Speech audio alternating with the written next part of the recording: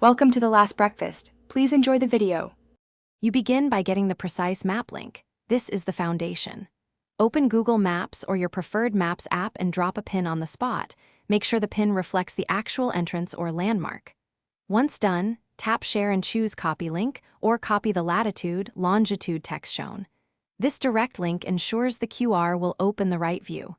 Keep the link ready. You'll paste it into the generator in the next step, so don't alter it yet. You now turn the link into a scannable code.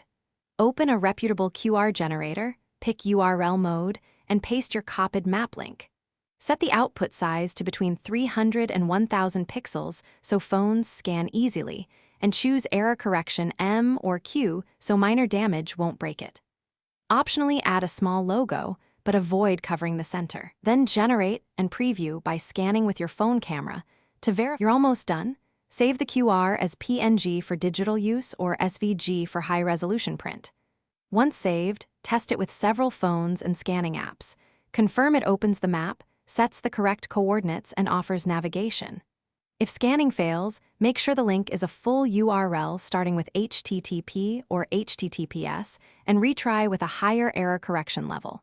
Finally, embed the QR in your poster or share it via message. Make sure contrasts remain.